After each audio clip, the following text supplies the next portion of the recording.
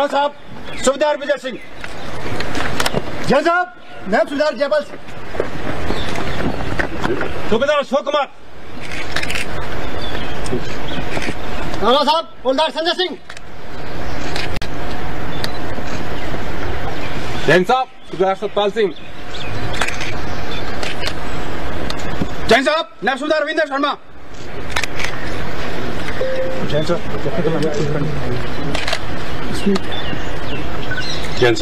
Colonel सभी।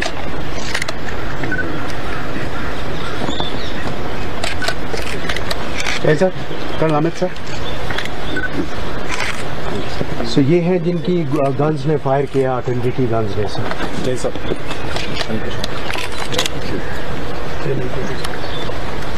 Jain sir captain Aryaman Sharma.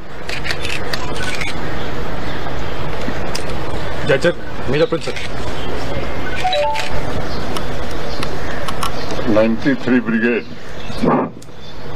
Headquarters Poonch में उपस्थित सभी सेना के हमारे अधिकारी, बहादुर जवानों तथा बीएसएफ के भी हमारे साथी, जम्मू कश्मीर के मुख्य सचिव श्री अटल डुल्लू जी, यहाँ के divisional commissioner Shri Ramesh Kumar ji, IG Bhimsen Tuti ji, Poonch जिले के हमारे DC, SSP, DIG, civil administration के और हमारे सभी सहयोगी।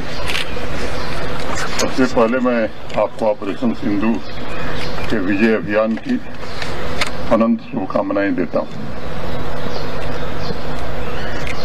आज केवल भारत में नहीं, मुझे लगता है कि पूरी दुनिया में भारतीय सेना के शौर्य की चर्चा हो रही है, उसकी गौरव गाथा गाई जा रही है।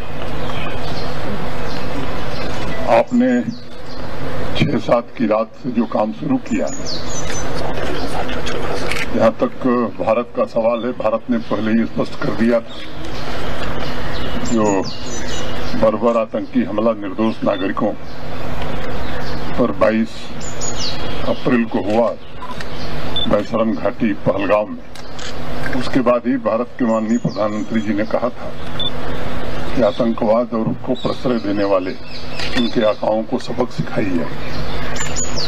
हम सब जानते हैं कि कभी भारत युद्ध का पक्षधर नहीं है, लेकिन 22 अप्रैल के बाद मैं समझता हूं कि पूरे देश में, जम्मू कश्मीर में भी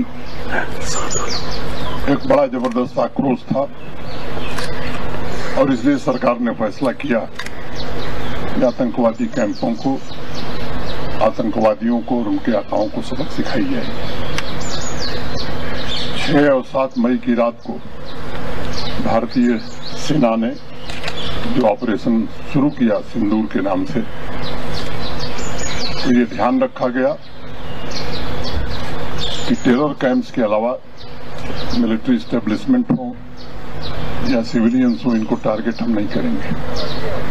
आज पूरा देश जान रहा है, दुनिया जान रही है कि 9 ऐसे टेरर कैंप्स को भारतीय सेनाओं ने तबाह किया, सैकड़ों से ज्यादा आतंकवादी मारे गए और उसके बाद पाकिस्तान को बता भी दिया गया था, लेकिन आतंकवादियों और आतंकवादियों के कैंप पर हमले को पाकिस्तान ने खुद पर हमला माना और फिर आप तो प्रत्यक्ष गवाह हैं किस तरह से 1:30 बजे रात से उन्होंने पुंछ इलाके में फायरिंग शुरू की। जिस तरह से आपने साहस के साथ उसका जवाब दिया, मैं कह सकता हूं कि वहां तबाही ज्यादा हुई है, मंजर तबाही का उन लोगों ने देखा है। हमारे यहाँ भी सिविलियन, कई हमारे निर्दोष नागरिक शहीद हुए हैं, हमारे कुछ सेना के, बीएसएफ के जवान शहीद हुए हैं। मैं उन सबको श्रद्धांजलि देता हूं और मुझे लगता है कि महज 3 दिनों में ही दुश्मन घुटने पर पूरी तरह से आ गया था, पूरी दुनिया में गुहार लगाने लगा कि अब मुझे बचाओ। जैसा भारत सरकार ने पहले ही तय किया था कि हम युद्ध नहीं चाहते हैं, हम केवल आतंकवाद को खत्म करना चाहते हैं, उनके आकाओं को खत्म करना चाहते हैं। आज ये पाकिस्तान को भी पता है, दुनिया को भी पता है कि पाकिस्तान में कुछ भी ऐसा नहीं है जो भारतीय सेना के जद में नहीं है। मैं उसके विवरण में नहीं जाना चाहता हूं। आपके शौर्य और पराक्रम से पूरा देश गौरवान्वित है और भारत के 140 करोड़ लोग पहले से भी सेना पर गर्व करते रहे हैं और मुझे लगता है कि इस ऑपरेशन सिंदूर के बाद आपके पराक्रम को, आपके शौर्य को देखते हुए वो प्रतिबद्धता और प्रगाढ़ हुई है, बढ़ी है। दुनिया में भी ये बात समझ में आ गई है कि अब भारत वो भारत नहीं है जिसके बारे में कुछ लोगों को गलत धारणा थी। ये सच है कि आज हम दुनिया की 5वीं बड़ी अर्थव्यवस्था बन गए हैं। जल्द ही दुनिया की 4थी बड़ी अर्थव्यवस्था हम बनने वाले हैं। भारतीयों का सपना है एक विकसित भारत का। हम चाहते हैं कि हमारा हर नागरिक सम्मान से, सुविधाओं के साथ रह सके। लेकिन जो हमारा दुश्मन है वो कर्ज से इस तरह डूबा हुआ है कि लोगों को सामान्य नागरिक सुविधाएं और भोजन भी उपलब्ध नहीं करा रहा है। कर्ज लेकर के भी आतंकवाद को प्रश्रय देने की कोशिश करता है। इस बार जो सबक मिली है मुझे लगता है कि निश्चित रूप से दर्द इतना है कि उसे याद रहेगा। लेकिन फिर ये बात कही जा सकती है कि जो आज भारत का संकल्प है, भारत की सरकार का, भारतीय सेनाओं का जो निश्चय है, अब की बार गलती करेगा तो मुझे लगता है कि ऐसा सबक मिलेगा कि उसकी 7 पीढ़ियां याद करेंगी। मैं फिर से आप सबके शौर्य को, आपके बहादुरी को, आपके पराक्रम को और जिस तरह से सामान्य समय में आप यहाँ के नागरिकों की जान माल की रक्षा में लंबे समय से लगे हुए, मैं उसको नमन करता हूँ। और आगे भी मुझे जाना है। आप सबसे मिलने का सौभाग्य मिला, ये मेरे लिए बड़ी खुशी की बात है। यही बात कर करके मैं अपनी बात को विराम दूंगा। भारत माता की जय! भारत माता की जय! भारत माता की जय! जैन सर, इंस्पेक्टर सचिन हटकर 53 battalion BSF sir. Jain sir. Jain साहब, एसआई गाड़ी 53 बटालियन सर। जैन साहब।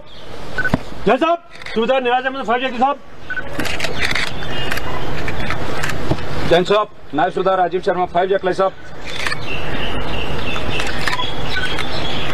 राव साहब, नायब सुबेदार हरिमाली 9 मराठा। जैन साहब, नायब सुबेदार रंजित के 9 मराठा लाई।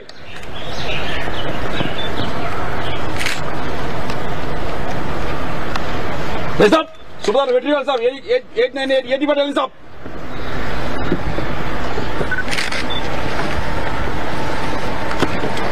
जैन साहब, ला हवलदार AB Chaudhary 8 mile field veterinary hospital साहब।